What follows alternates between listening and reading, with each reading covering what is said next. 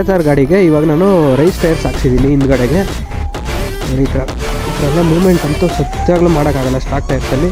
ಯಾಕಂದರೆ ಒಂದೇ ರೀಸನ್ನು, ಅಲ್ಲಿ ರೇಂಜ್ ಏನಾದರೂ ಡ್ರಾಪ್ ಆಯಿತಾ ಟೈರ್ ಚೇಂಜ್ ಮಾಡಿಸಿದ್ರೆ ಅದು ಬಟನ್ ಟೈರ್ಸ್ ಹಾಕ್ಸಿದ್ದೀನಿ. ಇಲ್ಲಿ ಬಂದು ಇಲ್ಲಿ ಹೋಗೋದು ಅಲ್ಲಿ ಔಟ್ ಆಗೋಕ್ಕೆ ಜಾಗನೇ ಇಲ್ಲ. ಇದು ಫುಲ್ಲು ಮಣ್ಣು ತುಂಬ್ಕೊತದೆ. ಈಗ ಕರುವಿದೆ, ಬಟನ್ಸ್ ಇದೆ, ಬೇರೆ ಥರನೇ ಬರುತ್ತೆ.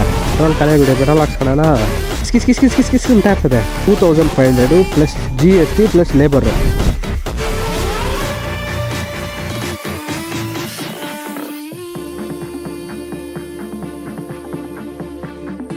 ವಾಯ್ಸ್ ಎಲ್ಲರಿಗೂ ಶುಭೋದಯ. ಆ್ಯಕ್ಚುಲಿ ಇವಾಗ ಆಲ್ರೆಡಿ ಮಧ್ಯಾಹ್ನ ಆಗೋಗ್ಬಿಟ್ಟೈತೆ. ನಿಮ್ಮ ಜನ್ಮಸ್ಥಳಕ್ಕೂ ನಮಸ್ಕಾರ. ತಮ್ಮನೇಲಿ ನೋಡಿರ್ತೀರ ಏನು ಟಾಪಿಕ್ಕು ವೀಡಿಯೋದಲ್ಲಿ ಇರುತ್ತೆ ಅಂತ ನಿಮ್ಗೆ ಆಲ್ರೆಡಿ ಗೊತ್ತಿರ್ತೈತೆ. ನನ್ನ ಏತಾರ್ ಗಾಡಿಗೆ ಇವಾಗ ನಾನು ರೈಸ್ ಟೈರ್ಸ್ ಹಾಕ್ಸಿದ್ದೀನಿ ಹಿಂದ್ಗಡೆಗೆ. ಮುಂದ್ಗಡೆಗೆ ಇನ್ನೂ ಏನೂ ಹಾಕ್ಸಿಲ್ಲ. ಹೆಂಗಿದೆ ಪರ್ಫಾರ್ಮೆನ್ಸು ಇನ್ನು ಇವಾಗ ಎಕ್ಸಾಕ್ಟಾಗಿ 25,000 ರನ್ನಿಂಗಲ್ಲಿದೆ. ಏನು ಮೇಲೆ ರೇಂಜ್ ಏನಾದರೂ ಡ್ರಾಪ್ ಆಯಿತಾ ಟೈರ್ ಚೇಂಜ್ ಮಾಡಿಸಿದ್ಕೆ ಅದು ಬಟನ್ ಟೈರ್ಸ್ ಹಾಕ್ಸಿದ್ದೀನಿ.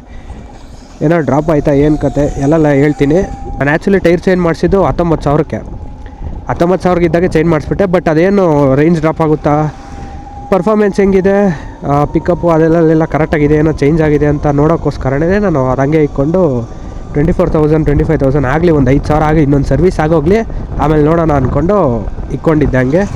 ಓವರಾಲು ಎಲ್ಲ ಎಲೆಕ್ಟ್ರಿಕ್ ಗಾಡಿಗಳಲ್ಲಿ ಇದು ಬೆಸ್ಟು ಪ್ಲಸ್ ಪ್ರೀಮಿಯಮ್ ಅನಿಸುತ್ತೆ. ಬಟ್ ಯಾವುದು ಪ್ರೀಮಿಯಮ್ ಇರೋಲ್ಲ. ಪ್ರೀಮಿಯಮ್ಮೇ ಬಟ್ ಪ್ರೀಮಿಯಮ್ ಅಲ್ಲ ಹಂಗೆ. ಈ ಗಾಡಿದು ಒಂದೊಂದು ಪಾರ್ಟ್ಸು ಎಷ್ಟೆಷ್ಟು ಎಕ್ಸ್ಪೆನ್ಸಿವ್ ಅಂದರೆ, ಈ ಗಾಡಿಗೂ ಇದು ಇರೋ ಪಾರ್ಟ್ಸ್ ಪ್ರೈಸ್ಗೂ ಒಂದಕ್ಕೊಂದು ಸಂಬಂಧನೇ ಇರೋಲ್ಲ. ಎಷ್ಟು ಗುರು, ಇಲ್ಲಿ ಫೆಂಡರ್ ಕಾಣಿಸಿದೆ ನಿಮಗೆ. ಫೆಂಡರ್ ಅಂತ ಅದೇನೋ ಒಂದು ಇದೆ ಗಾಡಿ ಥರ. ಆ ಒಂದು ಪೀಸ್ ಸುಮ್ಮನೆ ಕ್ರ್ಯಾಕ್ ಆಗಿದೆ. ಆ ಕ್ರ್ಯಾಕ್ ಆಗಿರೋದಕ್ಕೆ 3,500 ಹೇಳ್ತಾ ಇದ್ದಾರೆ.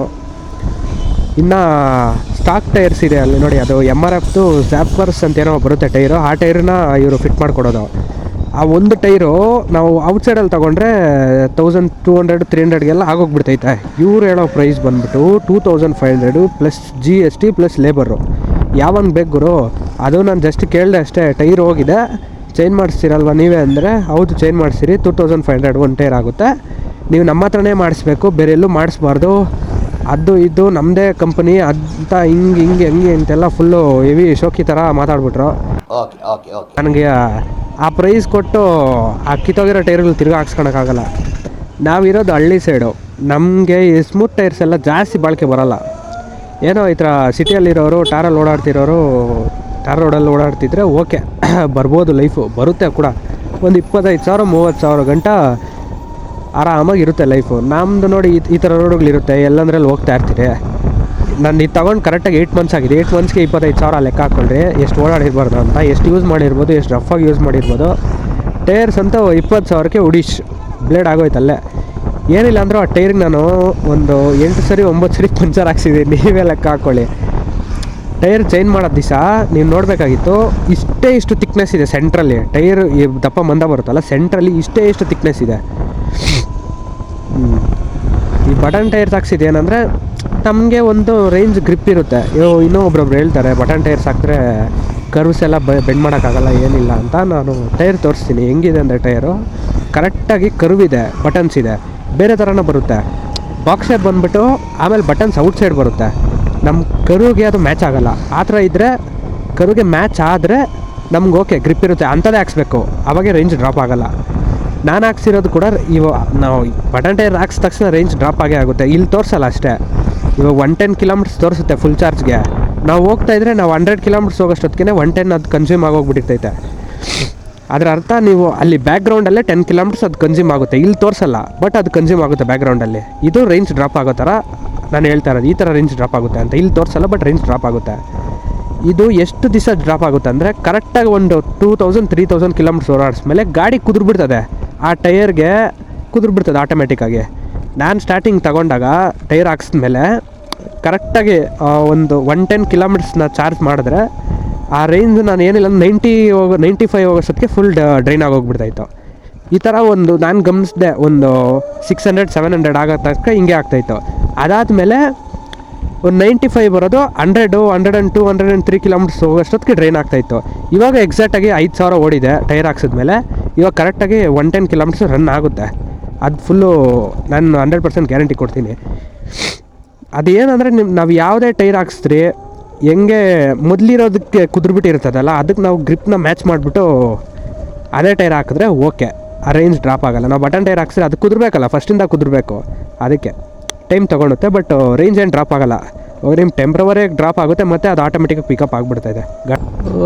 ಬನ್ನಿ ಗೆಳೆಯರೇ, ಪೆಟ್ರೋಲ್ ಖಾಲಿಯಾಗ್ಬಿಡಿ, ಪೆಟ್ರೋಲ್ ಹಾಕ್ಸ್ಕೊಳೋಣ. ಓ ಶೀಟ್, ಇದು ಎಲೆಕ್ಟ್ರಿಕ್ ಗಾಡಿ.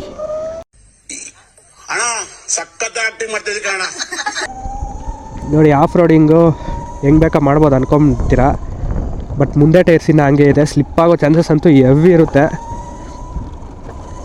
ಇದೇನಾದರೂ ನಾನು ಬಟನ್ ಟೈರ್ ಹಾಕ್ಸಿರಿಲ್ಲ ಅಂದರೆ ಇವೆಲ್ಲ ಮಾಡೋಕ್ಕಾಗ್ತಿರಲಿಲ್ಲ. ಜುಯ್ ಟೈರ್ಸು ನಿಮಗೆ ಇವಾಗ ಈ ಗಾಡಿದು 80/90/12 ಅಂತೇನೋ ಬರುತ್ತೆ. ಹಳೇದು ಬಂದುಬಿಟ್ಟು 90/90/12 ಬರುತ್ತೆ. ಇನ್ನೊಂದು ಬಂದುಬಿಟ್ಟು 80/80/12 ಅಂತಲೂ ಬರುತ್ತೆ. ನಿಮಗೆ ನಾನು ಬೆಸ್ಟ್ ರೈಸಲ್ಲಾದರೆ ನಿಮಗೆ ಯಾವ ಸೆಕ್ಷನ್ ಬೇಕಾದರೂ ಹೆಂಗೆ ಬೇಕಾದರೂ ಯಾವ್ದು ಬೇಕಾದ್ರೂ ಸಿಗುತ್ತೆ. ಬಟ್ ನಿಮಗೆ ಬೇರೆ ಆಪ್ಷನ್ ಬೇಕು. ಇದು ರೈಸ್ದು ಬಂದುಬಿಟ್ಟು 1900 ಆಗುತ್ತೆ. ನಾನು ಯಾಕೆ ಇದೆ ರೈಸ್ದು ಹಾಕ್ಸಿದ್ದೀನಿ ಅಂದರೆ ನೋಡ್ಬೇಕು, ನಾನು ಒಬ್ಬ ಕಂಟೆಂಟ್ ಕ್ರಿಯೇಟರ್ ಅಂದರೆ ನನಗೆ ಗೊತ್ತಾಗಬೇಕು ಫಸ್ಟು ಅದು ರೈಸು ವರ್ತಿದೆಯಾ ಇಲ್ಲ ಅಂತ. ನಿಮ್ಗೆ ಇನ್ನೊಂದು ಆಪ್ಷನ್ ಬೇಕು ಅಂದರೆ C8 ಮೈಲೇಜ್ ಅಂತಿದೆ, ಅದನ್ನು ಯೂಸ್ ಮಾಡೋಂಗಿದ್ರೆ ಮಾಡಿ. ಅದು 1200 ಸಿಗ್ಬಿಡುತ್ತೆ ಬಟನ್ ಟೈರ್ಸೇನೆ. ಅದು ಬೆಸ್ಟೇ, ಅದು ಒಂದು ಲೆಕ್ಕಕ್ಕೆ ಚೆನ್ನಾಗೇ ಇದೆ. 2024 ಮಾಡಲಿಗೆ ಯಾರ್ಯಾರು ತೊಗೊಂಡಿದ್ದೀರಾ ಅವ್ರಿಗೆ ಬೇರೆ ಆಪ್ಷನ್ನೇ ಇಲ್ಲ, ರೈಸ್ದೇ ಆಪ್ಷನ್ ಇರೋದು. ಯಾಕಂದರೆ ಆ C8 ಕೂಡ ಬರೋಲ್ಲ, ಅದು ಬೇರೆ ಯಾವುದ್ರಲ್ಲೂ ಬರೋಲ್ಲ. ಇನ್ನು ಕರ್ವ್ ಟೈರ್ಸ್ ಬರುತ್ತೆ. ಬಟನ್ ಟೈರ್ಸ್ ಬೇಕಂದರೆ ರೈಸಲ್ಲೇ ಹೋಗ್ಬೇಕು, ನೀವು ಏನೂ ಮಾಡೋಕ್ಕಾಗಲ್ಲ. ಇನ್ನು ಓಲ್ಡ್ ವರ್ಷನ್ನು ಮತ್ತು ಇನ್ನು ಇವಾಗ ಒಂದು ಅಪ್ಡೇಟರ್ದು ಗಾಡಿ ಬಿಟ್ಟಿದ್ದಾರೆ, ಯಾವುದೋ Z ಅಂತೇನೋ ಇದೆ. ಅದೊಂದು ಸ್ವಲ್ಪ ಓಲಾ ಮಿಕ್ಸ್ ಐತೆ, ಇನ್ನೊಂದು ಸ್ವಲ್ಪ iQube ಮಿಕ್ಸ್ ಐತೆ, ಏತರ್ ಅಂತಲೂ ಬರ್ತಿದ್ದಾರೆ. ಸೌಂಡ್ ಕೂಡ ಏತರ್ ಅಂತಲೇ ಬರ್ತೈತೆ. ಅದು ಆ ಗಾಡಿಗೆ ಆದರೆ ಅದು ಮ್ಯಾಚ್ ಆಗುತ್ತೆ, C8 ಮ್ಯಾಚ್ ಆಗುತ್ತೆ. ಒನ್ ಆಫ್ ದ ಬೆನಿಫಿಟ್ ಇದೆ ಹೇಳ್ಬೇಕಂದ್ರೆ, ಆರಾಮಾಗಿ ಹೋಗ್ಬೋದು, ಏನು ಸ್ಲಿಪ್ ಆಗೋಲ್ಲ. ಹೌದು ಗಾಡಿ ವೈಬ್ರೇಟ್ ಆಗುತ್ತೆ, ಇಲ್ಲ ಅಂತೇನಿಲ್ಲ, ಬಟ್ ಸ್ಲಿಪ್ ಆಗೋಲ್ಲ, ಆರಾಮಾಗಿ ಮೂವ್ ಆಗ್ಬೋದು. ನಾವು ಮಾಮೂಲಿ ಸ್ಟಾಕ್ ಟೈರ್ಸಲ್ಲಿ ಹಿಂಗೆ ಮಾಡೋಕ್ಕಾಗುತ್ತಾ? ಅಲ್ಲಿ ಹಿಂದ್ಗಡೆ ವೀಲ್ ಸ್ಪಿನ್ ಆಗಿಬಿಟ್ಟು ಸ್ಲಿಪ್ ಆಗಿಬಿಡ್ತೈತೆ. ಯಾಕೆ ಬೇಕು, ಸೇಫ್ಟಿ ಇಂಪಾರ್ಟೆಂಟು. ಹೇಳ್ಬೇಕಂದ್ರೆ ಬೇರೆ ಎಲೆಕ್ಟ್ರಿಕ್ ಸ್ಕೂಟರ್ಸ್ ಕಂಪೇರ್ ಮಾಡಿದ್ರೆ ಏತರೇ ಬೆಸ್ಟು. ಯಾಕಂದರೆ ಇದ್ರ ಸರ್ವಿಸ್ ನೋಡೋದಾಗಲಿ ಇಲ್ಲ ಸೇಲ್ಸ್ ಟೈಮಲ್ಲೇ ಆಗಲಿ ಸರ್ವಿಸ್ ಟೈಮಲ್ಲೇ ಆಗಲಿ ರೆಸ್ಪಾನ್ಸ್ ಮಾತ್ರ ಕರೆಕ್ಟಾಗಿ ಮಾಡ್ತಾರೆ. ನಮಗೆ ಮರ್ಯಾದೆ ಇಂಪಾರ್ಟೆಂಟು ಮನುಷ್ಯನಿಗೆ. ಓಲಾ ಶೋರೂಮ್ಗೆ ನಮ್ಮ ಮಾವ ಇಸ್ಕೊಂಡಿದ್ದಾನೆ ಓಲಾದು. ಏನೋ ಗಾಡಿ ರನ್ ಆಗ್ತಿದೆ, ರೋಡ್ ಸೆಂಟ್ರಲ್ಲಿ ಆಫ್ ಆಗಿಬಿಟ್ಟಿದೆ. ಅದು ಎತ್ಕೊಂಡೋಗಿ ಒಂದು ತಿಂಗಳಾಯಿತು, ಇನ್ನೂ ಗಾಡಿ ರೆಡಿ ಮಾಡಿ ಕೊಟ್ಟಿಲ್ಲ ಅವರು. ಏನು ಪ್ರಾಬ್ಲಮ್ ಏನಾಯ್ತು ಅಂತಲೂ ಗೊತ್ತಾಗಿಲ್ಲ ಅಂತ ಅವ್ರಿಗೆ. ಏನಾಗಿದೆ ಅಂತ ಅವ್ರು ಹೇಳೂ ಇಲ್ಲ ನಮಗೆ. ನಮ್ಮ ಮಾವ ದಿನ ಹೋಗ್ತಾರೆ ಪಾಪ, ದಿನ ವಾಪಸ್ ಕಳಿಸ್ತಾರೆ, ನಾಳೆ ಬಾ ಹೋಗ್ರಿ. ಆ ಶೋರೂಮಲ್ಲಿ ಓಲಾ ಶೋರೂಮಲ್ಲಿ ನೀವು ನೋಡಿಬಿಟ್ರೆ ಗಾಡಿಗಳನ್ನ ಬೆಚ್ಚಿಬಿದ್ದೋಗ್ತೀರಾ. ಏನಿಲ್ಲ ಅಂದರೆ ಒಂದು 200-300 ಗಾಡಿಗಳು ನಿಲ್ಲಿಸಿರ್ತಾರೆ. ಯಾರಿಗೆ ಬೇಕು ಗುರು, ಆ ಗಾಡಿಯಲ್ಲಿ ನಮ್ಮದು ಒಂದು ಆಗೋದಕ್ಕಿಂತ ಸ್ವಲ್ಪ ಕಾಸು ಜಾಸ್ತಿನೇ ಆದರೂ ಪರವಾಗಿಲ್ಲ. ಇದಕ್ಕಿಂತ ಜಾಸ್ತಿ ಕಾಸು ಈ ಸ್ಕೂಟಿಗಳಲ್ಲಿ ಯಾವುದೂ ಇಲ್ಲ. ಎಲೆಕ್ಟ್ರಿಕ್ ಸ್ಕೂಟಿಗಳಲ್ಲಿ ಇದೇ ಎಕ್ಸ್ಪೆನ್ಸಿವು. ನಾವು ಕಾಸು ಜಾಸ್ತಿ ಕೊಟ್ಟರು ಗಾಡಿ ನಮ್ಮ ಹತ್ರ ಇರುತ್ತಲ್ಲ, ಆ ಖುಷಿಗನ ಕಾಸು ಕೊಡಬೇಕಷ್ಟೇ. ನೋಡಿ ಈ ಥರ ಎಲ್ಲ ಮೂಮೆಂಟ್ ಅಂತೂ ಸತ್ಯಾಗಲೂ ಮಾಡೋಕ್ಕಾಗಲ್ಲ ಸ್ಟಾಕ್ ಟೈರ್ಸಲ್ಲಿ. ಯಾಕಂದರೆ ಒಂದೇ ರೀಸನ್ನು, ಅದೆಲ್ಲ ಟೈರ್ಸ್ ಇದಕ್ಕೆ ಸಪೋರ್ಟ್ ಮಾಡಲ್ಲ. ಇದಕ್ಕೆ ನೋಡ್ರಿ ಹೆಂಗೆ ಸಪೋರ್ಟ್ ಮಾಡ್ತೈತೆ.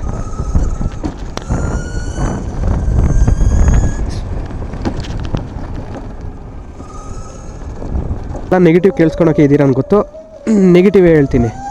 ಇಲ್ಲಿ ಸಬಾಯ್ಸ್ ಗಾಡಿದು ಒಂದೊಂದೇ ನೆಗೆಟಿವ್ ಪಾಯಿಂಟ್ಸ್ ಹೇಳ್ಕೊಂಬಂದ್ಬಿಡ್ತೀನಿ. First very very very important ಅಂದರೆ ಥರ ತೊಗೊಂಡವ್ರು ಇದನ್ನಂತೂ ಪಕ್ಕ ಫಿಕ್ಸ್ ಆಗಿಬಿಡ್ಬೇಕು. ಅವ್ರ ಗಾಡಿಯಲ್ಲಿ ಬೆಲ್ಟ್ದಂತೂ ಕಂಪಲ್ಸರಿ ಪ್ರಾಬ್ಲಮ್ ಇರ್ತೈತೆ. ಅದು ನೋಡಿರಿ ಓಪನ್ನು ಫುಲ್ಲು ಹೆಂಗೆ ಓಪನ್ ಕೊಟ್ಟಿದ್ದಾರೆ, ಅದೇ ದೊಡ್ಡ ಮಿಸ್ಟೇಕ್ ಅವ್ರು ಮಾಡಿರೋದು. ಇದರಲ್ಲಿ 2 ಸೌಂಡ್ ಬರುತ್ತೆ ಗಾಡಿಯಲ್ಲಿ. ಒಂದು ಸ್ಪೀಕರ್ ಅದ್ರಲ್ಲಿ ಸೌಂಡ್ ಬರುತ್ತೆ. ಎಕ್ಸ್ಲೀಟ್ರ್ ಕೊಟ್ಟಾಗೆಲ್ಲ ಅನ್ನುತ್ತೆ, ಬ್ರೇಕ್ ಹಿಡಿದಾಗೆಲ್ಲ ಝುಯ್ ಅಂತ ಅದೊಂಥರ ಸೌಂಡ್ ಬರುತ್ತೆ. ಇದು ಒಂದು ಸೌಂಡು. ಇನ್ನೊಂದು ಸೌಂಡ್ ಬಂದ್ಬಿಟ್ಟು ಬೆಲ್ಟಿಂದನೇ ಬರುತ್ತೆ. ಹೆಂಗಂದ್ರೆ ಬೆಲ್ಟಲ್ಲಿ ಧೂಳು ಕೂತು ಕಿಸ್ ಕಿಸ್ ಕಿಸ್ ಕಿಸ್ ಕಿಸ್ ಕಿಸ್ ಅಂತ ಇರ್ತದೆ. ಆ ಕಿಸ್ ಕಿಸ್ ಕಿಸ್ ಕಿಸ್ ಅನ್ನೋದು ಎಷ್ಟು ಇರಿಟೇಷನ್ ಅಂದರೆ, ಸುತ್ತು ರೋಡಾಗಿರೋರು ಯಾರ್ಯಾರು ಇರ್ತಾರೆ ಎಲ್ಲ ನೋಡ್ತಾ ಇರ್ತಾರೆ. ಒಂಥರ ಎವ್ವಿ ಅಂದರೆ ಎವ್ವಿ ಇರಿಟೇಷನ್ ಅದೈತೆ. ಕುತ್ಕು ಅಂತಲೇ ಇರ್ತದೆ ಅದು. ಮತ್ತು ಅದು ಒಂದು ಕ್ಲೀನ್ ಮಾಡಿಕೊಡೋಕ್ಕೆ, ಬೆಲ್ಟ್ ಕ್ಲೀನ್ ಮಾಡಿಕೊಡೋಕ್ಕೆ ಒಂದು ಸ್ಪ್ರೇ ಬರುತ್ತೆ. ಸ್ಪ್ರೇಯಲ್ಲಿ ಸುಮ್ಮನೆ ಹಿಂಗೆ ಅಂದ್ಕೊಡ್ತಾರೆ, ಕ್ಲೀನ್ ಆಗಿಬಿಡುತ್ತೆ. ಬಟ್ ಆ ಸ್ಪ್ರೇಯಲ್ಲಿ ಅಂಟನ್ ಥರ ಇರುತ್ತೆ, ಮತ್ತೆ ಅದಾಗುತ್ತೆ ಕರೆಕ್ಟಾಗಿ 2 ದಿವಸ ಮತ್ತೆ ಅದು ಹಾಗೆ ಆಗುತ್ತೆ. ಬಟ್ ಅದು 160-170 ಚಾರ್ಜ್ ಮಾಡ್ತಾರೆ. ನೋಡಿರಿ ಹಿಂಗೆ ಇದೆ ಪ್ರೈಸು. ಏನು ಮಾಡೋಣ, ಹೆವಿ ಎಕ್ಸ್ಪೆನ್ಸಿವು. ಮತ್ತು ನಿಮ್ಗೆ ಇಲ್ಲಿ ಕಾಣಿಸ್ತಾ ಇರ್ಬೋದು, ಇದು ಹೊಡೆದೋಗಿದೆ ನಂದು. ಏನಂದರೆ ಗಾಡಿ ಬೈ ಮಿಸ್ಸಾಗಿ ಸ್ಟ್ಯಾಂಡ್ ಹಾಕ್ತೆ ಅಂದ್ಕೊಂಡು ಸ್ಟ್ಯಾಂಡ್ ಹಾಕದೆ ಬಿದ್ದೋಯ್ತು. ಇಲ್ಲಿ ನೆಲಕ್ಕೆ ಟಚ್ ಆಗಿಲ್ಲ, ಗೋಡೆಗೆ ಟಚ್ ಆಯಿತು. ಆವಾಗ ಇದು ಸ್ವಲ್ಪ ಕ್ರ್ಯಾಕ್ ಆಗಿದೆ. ಆ ಒಂದು ಪಾರ್ಟ್ ಏನು ಕಾಣಿಸಿದೆ, ಈ ಪಾರ್ಟು ಇಷ್ಟು ಟೋಟಲಾಗಿ ಏನಿಲ್ಲ ಅಂದರೆ ಒಂದು 7,000-8,000 ಆಗುತ್ತೆ. ಯಾಕೆ ಬೇಕು ಗುರು ಹಾಕ್ಸ್ಕೊಳೋದು, ಹಂಗೆ ಬಿದ್ದಿರಲಿ ಬಿಡು ಅಂದ್ಬಿಟ್ಟು ಬಿಟ್ಬಿಟ್ಟೆ. ಮತ್ತು ಇನ್ನೊಂದು ಆ ಕಡೆ ತೋರಿಸ್ತೀನಿ ಬನ್ನಿ. ಇದು ಸ್ವಲ್ಪ ಸ್ಕ್ರ್ಯಾಚಸ್ ಆಗಿದೆ, ನೋಡೋಕೆ ಚೆನ್ನಾಗಿರಲಿಲ್ಲ. ಅದಕ್ಕೆ ಸುಮ್ಮನೆ ಕೇಳಿದೆ, ಆಕ್ಸ್ ಚೇಂಜ್ ಮಾಡ್ತಾ ಇರಲಿಲ್ಲ, ಸುಮ್ಮನೆ ಕೇಳಿದೆ ಇದೆಷ್ಟು ಆಗ್ಬೋದು ಅಂದರೆ ಇದು 4,000 ಅಂದರು. ಈ ಪೀಸ್ 4,000 ಅಂದರೆ ಏನು ಗುರು, ನಾವೇ ಗಾಡಿ ರೆಡಿ ಮಾಡ್ಕೊಂಬಿಡ್ಬೋದು ಯಾವ್ದಾನ, ಹಂಗೈತೆ. ಇನ್ನೊಂದು ನೆಗೆಟಿವ್ ಪಾಯಿಂಟ್ ಇವಾಗ ಹೇಳ್ತೀನಿ, ಏನಂದರೆ ನೋಡಿರಿ, ಇದು ಏನು ಈ ಓಲ್ ಏನು ಕೊಟ್ಟಿದ್ದಾರೋ ಸತ್ಯಾಗಲೂ ಗೊತ್ತಿಲ್ಲ ನನಗೆ. ವರ್ಸ್ಟು ಓಲ್ ಕೊಟ್ಟಿದ್ದಾರೆ. ತೂತು ಎಷ್ಟು ತೂತಿದೆ, 1 2 3 4 5 ತೂತಿದೆ. ಇಲ್ಲಿ ಬಂದು ಬೀಳೋ ಡಸ್ಟು, ಮಣ್ಣು, ಕಲ್ಲು, ಹುಲ್ಲು ಎಲ್ಲ ಹೋಗಲ್ಲಿ ಕುತ್ಕೊಂಡ್ಬಿಡ್ತದೆ. ಅದಕ್ಕೆ ಔಟ್ ಆಗೋಕ್ಕೆ ಜಾಗನೇ ಇಲ್ಲ. ಏನು ಮಾಡೋದು, ಇಲ್ಲಿ ಬಂದು ಇಲ್ಲಿ ಹೋಗೋದು, ಅಲ್ಲಿ ಔಟ್ ಆಗೋಕ್ಕೆ ಜಾಗನೇ ಇಲ್ಲ. ಇದು ಫುಲ್ಲು ಮಣ್ಣು ತುಂಬ್ಕೊತದೆ. ಏರು ಹೊಡಿತಾರೆ, ಅದು ಹೋಗಿ ಹಿಂದೆ ಕುತ್ಕೊತದೆ. ನೀರು ಹೊಡಿತಾರೆ, ನೀರಲ್ಲಿ ಫುಲ್ಲು ಕೆಸರು ಬರ್ತದೆ. ನಾವು ಎಷ್ಟು ಜನ ಹಾಕ್ತಾಯಿರಿ ಕೆಸರು ಬರ್ತಾ ಇರ್ತದೆ. ಕಲ್ಲುಗಳು ಹೋದರೆ ಏನು ಮಾಡೋದು? ನಾನು ಆ ಕ್ವಶನ್ನು ಸರ್ವಿಸ್ ಅವ್ರು ಕೇಳಿದ್ರೆ, ಅವ್ರು ಇಕ್ಕೊಂಡು ಸರ್ ನಾವು ಏನು ಮಾಡೋಕ್ಕಾಗಲ್ಲ, ಅದು ಕೊಟ್ಟಿರೋದು ಹೆಂಗೆ ಅಂದರೆ, ಏನು ಮಾಡೋಕ್ಕಾಗ್ತದೆ, ಏನು ಮಾಡೋಕ್ಕಾಗಲ್ಲ. ಇನ್ನು ಲೈಟ್ ಅಂತೂ ಅಟ್ಟರ್ ವೇಸ್ಟು, ಏನೂ ಕಾಣಿಸಲ್ಲ. 2 ಲೈಟ್ ಇದೆ, 2 ಲೈಟು ವೇಸ್ಟ್ ಅಂದರೆ ವೇಸ್ಟ್, ಏನೂ ಕಾಣಿಸಲ್ಲ. ಥರ ಇಕ್ಕೊಂಡಿರೋರು ಗೊತ್ತಿರುತ್ತೆ ಅದು ಲೈಟ್ ಸವಾಸ ಎಂಥ ಲೈಟು ಅಂತ. ಇನ್ನೊಂದು ಇವಾಗ ಬರೋ ಮಾಡಲ್ಗೆಲ್ಲ ಏನು ಮಾಡಿದ್ದಾರೆ, ಅದು ಫುಲ್ ಕವರ್ ಕೊಟ್ಟಿದ್ದಾರೆ.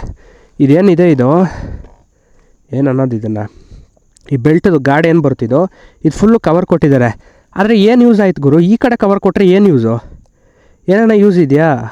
ಆ ಸೈಡು ಈ ಸೈಡ್ ಫುಲ್ಲು ಒಂದು ರೇಂಜಿಗೆ ಒಂದು ಹಿಂಗೆ ಬಂದು ಹಿಂಗೆ ಕವರನ್ನು ಕೊಟ್ಟರೆ ಓಕೆ. ಈ ಸೈಡ್ ಹಾಕ್ತಾರೆ, ಏನು ಯೂಸ್ ಇಲ್ಲ. ಆ ಕಡೆಯಿಂದನೇ ಡಸ್ಟ್ ಬರೋದು, ಈ ಕಡೆಯಿಂದ ಬರುತ್ತೆ ಡಸ್ಟು. ಯಾರನ್ನ ಥರ ಶೋರೂಮ್ ಅವ್ರಿಗೆ ಗೊತ್ತಿದ್ರೆ ಇದನ್ನು ಶೇರ್ ಮಾಡಿರಿ. ಈ ಟಾಪಿಕ್ ಅವ್ರಿಗೆ ತಿಳಿಸೋಂಗೆ ಮಾಡಿರಿ. ನಾನು ಸರ್ವಿಸ್ ಕೊಟ್ಟಾಗೆಲ್ಲ ನಾನು ಅಂದರೆ ಥರದ್ದು ಎಲ್ಲ ಗೊತ್ತಿರುತ್ತೆ. 5,000 ಕಿಲೋಮೀಟ್ರಿಗೆ ಒಂದೊಂದು ಸರಿ ಸರ್ವಿಸ್ ಕೊಡಬೇಕು. 5,000 ಸರ್ವಿಸ್, ಒಂದೊಂದು 5,000 ಸರ್ವಿಸ್ಗೂ 800 900 ಅಂತ ಚಾರ್ಜ್ ಹಾಕ್ತಾರೆ. ಅದೇನು ಚಾರ್ಜ್ ಅಂದರೆ ಲೇಬರ್ ಚಾರ್ಜ್ ಅಂತಾರೆ, ಆಯಿತಾ. ಮತ್ತು ನಾವು ಒಂದೊಂದು ಪಾರ್ಟ್, ಇವಾಗ ಸ್ಪ್ರೇ ಹೊಡಿಬೇಕಂದ್ರೆ ಅಲ್ಲೊಂದು 2 ಪಾರ್ಟ್ಸ್ ತೆಗಿತಾರೆ. ಆ 2 ಪಾರ್ಟ್ಗೂ ಸಪ್ರೇಟ್ ಲೇಬರ್ ಚಾರ್ಜ್ ಇದೆ. ಮತ್ತು ಅದಕ್ಕೆ GST ಬೇರೆ. ಏನು ಗುರು ಅದೇನಕ್ಕೆ ಇದೇನಕ್ಕೆ ಅಂತ ಕೇಳಿದ್ರೆ, ಸರ್ ಅದು ಕಂಪ್ನಿ ರೂಲ್ಸು, ನಾವೇನು ಮಾಡೋಕ್ಕಾಗಲ್ಲ ಅಂತಿದ್ದಾರೆ. ಹೆಂಗೆ ಗುರು ಅದು ಹೆಂಗೆ? ಸೊ ಇದಿಷ್ಟೇ ಇವತ್ತಿನ ವಿಷಯ. ನಾನು ಕೊಟ್ಟಿರೋ ಕಂಟೆಂಟ್ ಇಷ್ಟ ಆಗಿದ್ರೆ ಕನ್ನಡ ಮೀಡಿಯಮ್ನ ಫಾಲೋ ಮಾಡ್ಕೊಂಬಿಡ್ರಿ ಇನ್ಸ್ಟಾಗ್ರಾಮಲ್ಲಿ. ಹಂಗೆ ಯೂಟ್ಯೂಬಲ್ಲಿ ಸಬ್ಸ್ಕ್ರೈಬು, ಲೈಕು, ಕಮೆಂಟ್ ಹೊಡೆದ್ಬಿಟ್ಟು